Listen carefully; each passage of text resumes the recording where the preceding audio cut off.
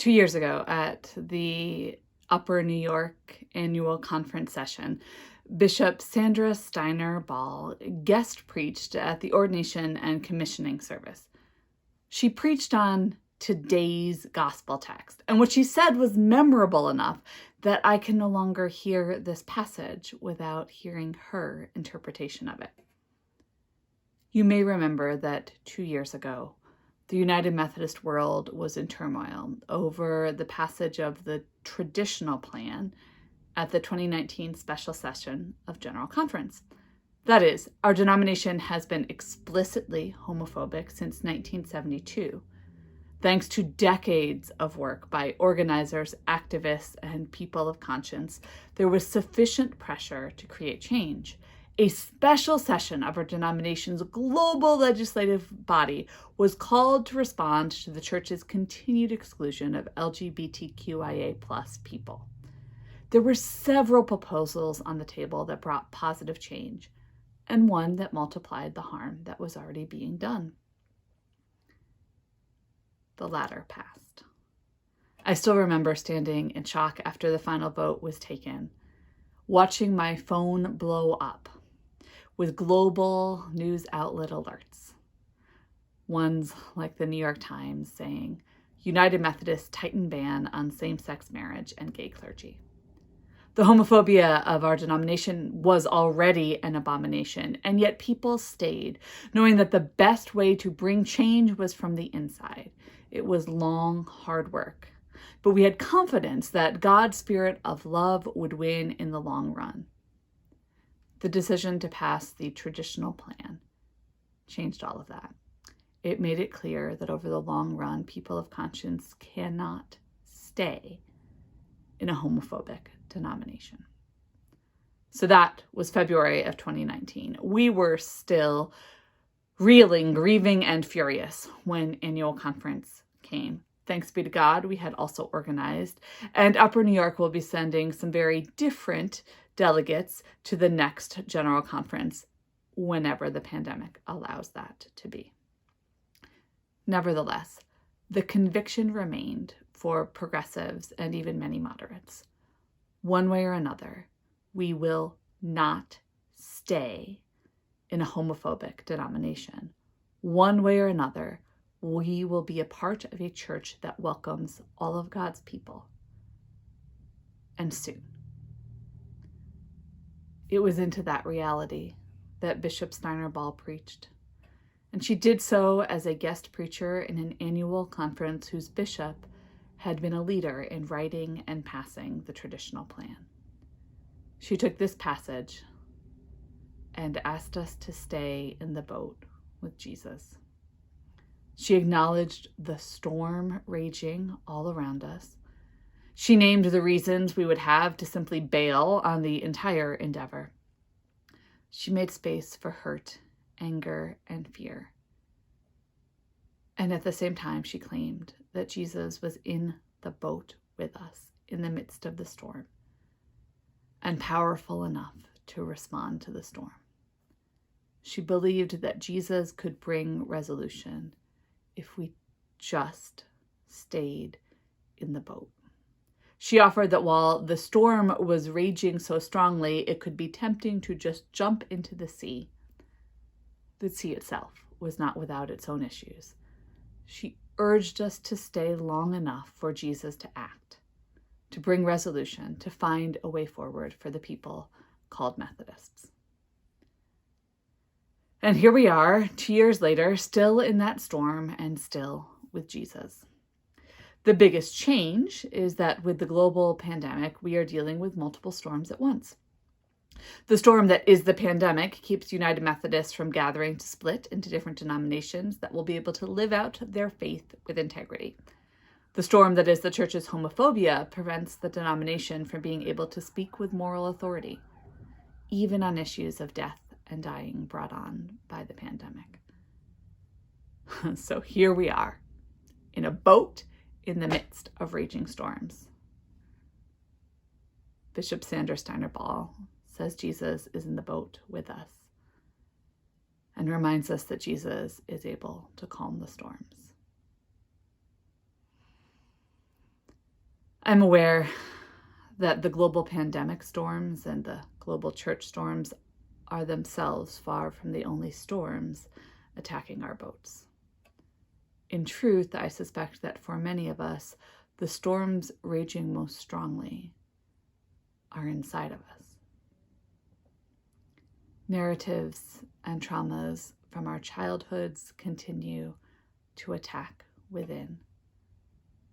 Existential anxiety has its way with us, often in ways we can't even see. Assumptions about others, fear of the unknown, and a tendency to see enemies where there are only people who are different also keep us on the defensive. And the whole world turning upside down on us, not yet being righted, and likely to find a balance somewhere other than where it used to be, obviously doesn't help either. People are comforted by the familiar, which means that the past 15 months have been particularly discomforting at the time when we most needed comfort. Which is all to say that I think that there are storms raging within us, probably all of us, to a greater or lesser extent. To support this theory, mental health professionals have never been so busy. Now, I would say that in an ideal world, we'd all get regular mental health care simply as a means of being healthy. But most of the time, most people don't seek mental health care until they're well into a crisis or a storm and cannot find their way out alone. So busy mental health care professionals is a signal that many people are really struggling. And there isn't anything wrong with struggling. It's a human reality. The Disciple Bible study curriculums call such things the human condition. And there isn't anything wrong with being in a storm. That's also a human condition, and quite often it is out of our control. That said, being in the midst of a storm, particularly one like our scriptures talk about today, is uncomfortable. These are the sorts of storms that make it seem more likely that death is on the horizon than life. And the Gospels say that Jesus slept through it. Either he was beyond exhaustion or he was the living, non-anxious presence, or maybe both. It's very impressive in any case, Jesus. The story says that Jesus awoke, rebuked the storm, and rebuked the disciples. I feel like it forgets to tell us that then he curled back up and went back to sleep. The storm was silenced and the disciples were awed. I wonder if any of the storms that rage within us are ones that God would be happy to silence and bring to peace if we were willing to let God do so. I suspect so. Yet some storms aren't ones we're ready to let go of, and some storms aren't done yet. But some of them are only causing harm and are actually ready to be silenced. Can you tell? Can you feel any of them inside of you that have run their course and are ready to respond to the command, peace, be still? Can you even imagine what life would be like without that storm? To go back to the storm we started with, I learned about the church's homophobia when I was 13, and I started working against it then. I have worked for and dreamed of being part of a big C church that welcomes and affirms and loves all of God's people. And you have too. This church has been explicitly committing to changing the UMC's life-denying policies for 25 years now, and truly was already committed before it became explicit. And it boggles my mind to imagine life without this fight, or even just changing this fight from one fighting explicit policy to implicit bias. My identity will need a reboot. And I think that's also often true of our internal storms. We are used to them. They're familiar. They're a part of who we are, and we aren't entirely sure who we would be without them. Friends, that's exactly what God is there for.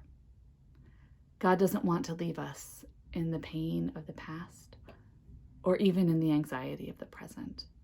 God is a source of healing, an energy of revival, a vision for wholeness, a hope for the future. Some of the things that we are afraid to give up, God is ready to take away. God's peace is stronger than the storms. God's peace can hold its own even in the midst of the biggest of storms because it has a different kind of strength and a deeper kind of being.